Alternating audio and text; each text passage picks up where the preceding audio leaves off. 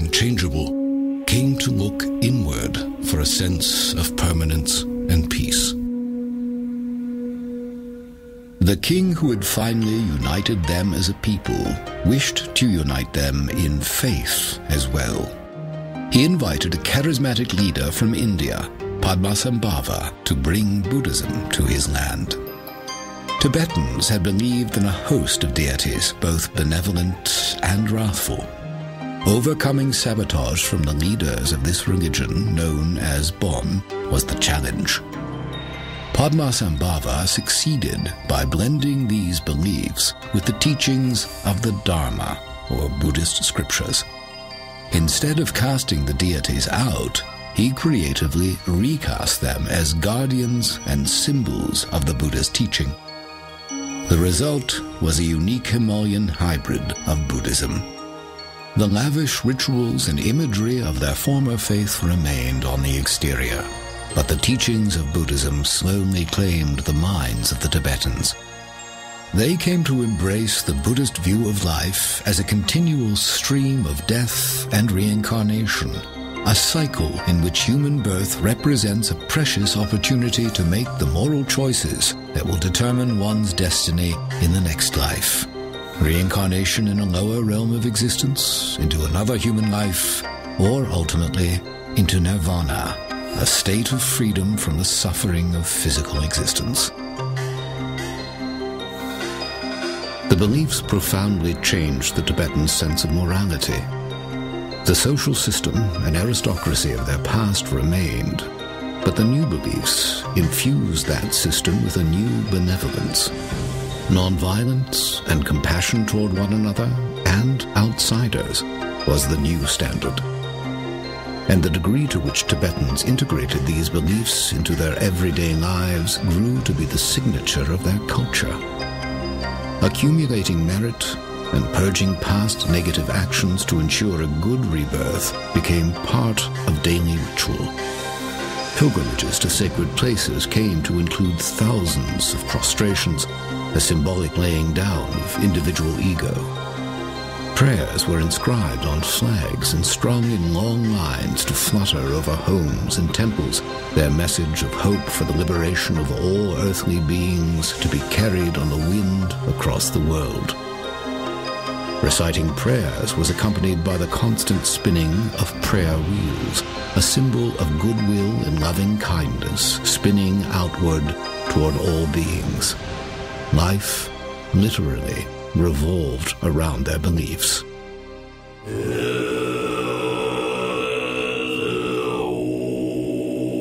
As a community, they sponsored monasteries for the study and practice of Buddhist teachings. These vast structures were homes for tens of thousands of monks and nuns, publishing centers for all Tibetan society, and libraries for ancient texts. Unlike the more ascetic forms of Buddhism, the Tibetan version embraced the arts and sciences as tools toward understanding the infinite. Drama, music, art, astronomy, philosophy, and medicine were all taught at the monasteries. At the height of Tibetan civilization, the monasteries numbered over 6,000, with 1 in every 6 Tibetans becoming part of monastic life. Study began in the earliest years. Earning the equivalent of a doctoral degree could demand 20 years or more. The monks became the keepers of knowledge for all Tibetan society, and the thread linking all generations was a tradition of discipleship. One elder teacher or lama passing the teachings on to monks who, in turn, themselves became lamas.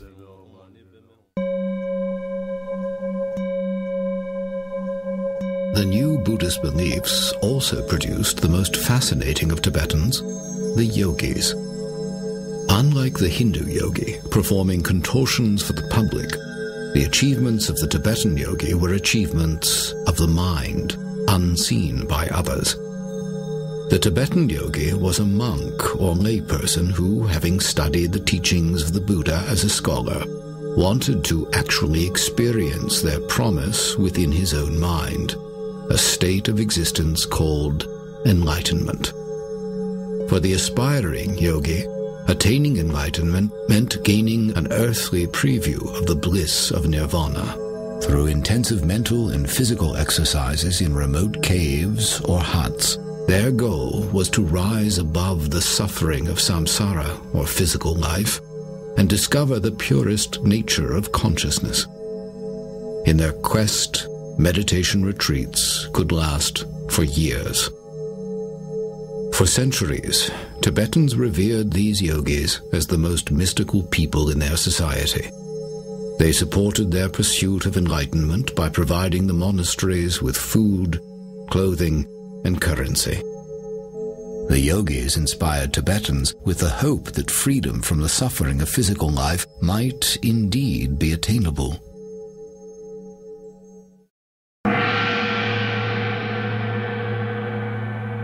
Over the course of centuries, spiritual and state leadership converged. Tibetans began a tradition of identifying those among them believed to be reincarnations of the Buddha of Compassion. Among them, one would be named Dalai Lama, literally ocean teacher, implying depth and breadth of wisdom. Eventually, the one identified as the reincarnation of His Holiness the Dalai Lama would take his place as temporal leader of Tibet. The symbolic seat of this mystical government became the Potala, a majestic monastery looming over the legendary capital city of Lhasa. Well into the 20th century, Tibetans remained virtually untouched by the modern world. The threatening thunder of a human storm grew louder in Tibet as the 20th century progressed.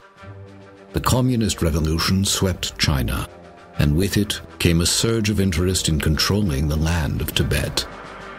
Invoking past diplomatic ties between Tibet and Imperial China's various monarchies, Mao Zedong used these as a thin pretext for claiming Tibet's strategic location, rich geologic resources, and the headwaters of key Asian rivers. In 1949, he announced that Tibet would be returned to the motherland, vowing to fill the region with 60 million Chinese within 10 years. Under the guise of liberating the Tibetans from an archaic way of life, the army of the People's Republic began invading villages and monasteries. The tensions of their initial occupation and opposition to religion grew into an increasingly brutal campaign to replace Tibetan practices and people with their own. The world had not yet absorbed the shock of Hitler's Holocaust, when a new one had ignited in Tibet.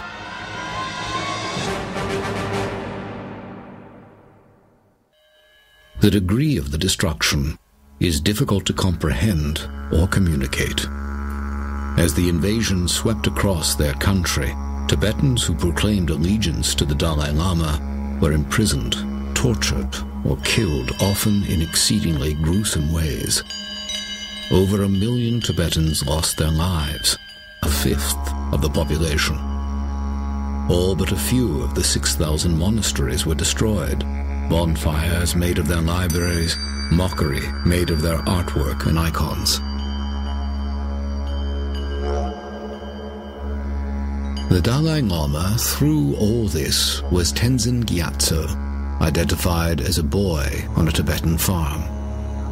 Remarkably, he was able to complete his rigorous studies despite the invasion, and Tibetans placed him in charge as a young teen, hoping he could reclaim their country.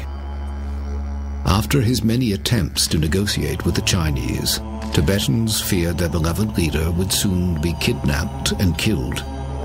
In a dramatic escape, the Dalai Lama was taken out of Tibet under disguise across the mountains to India, where he was given refuge and established a government in exile in Dharamsala.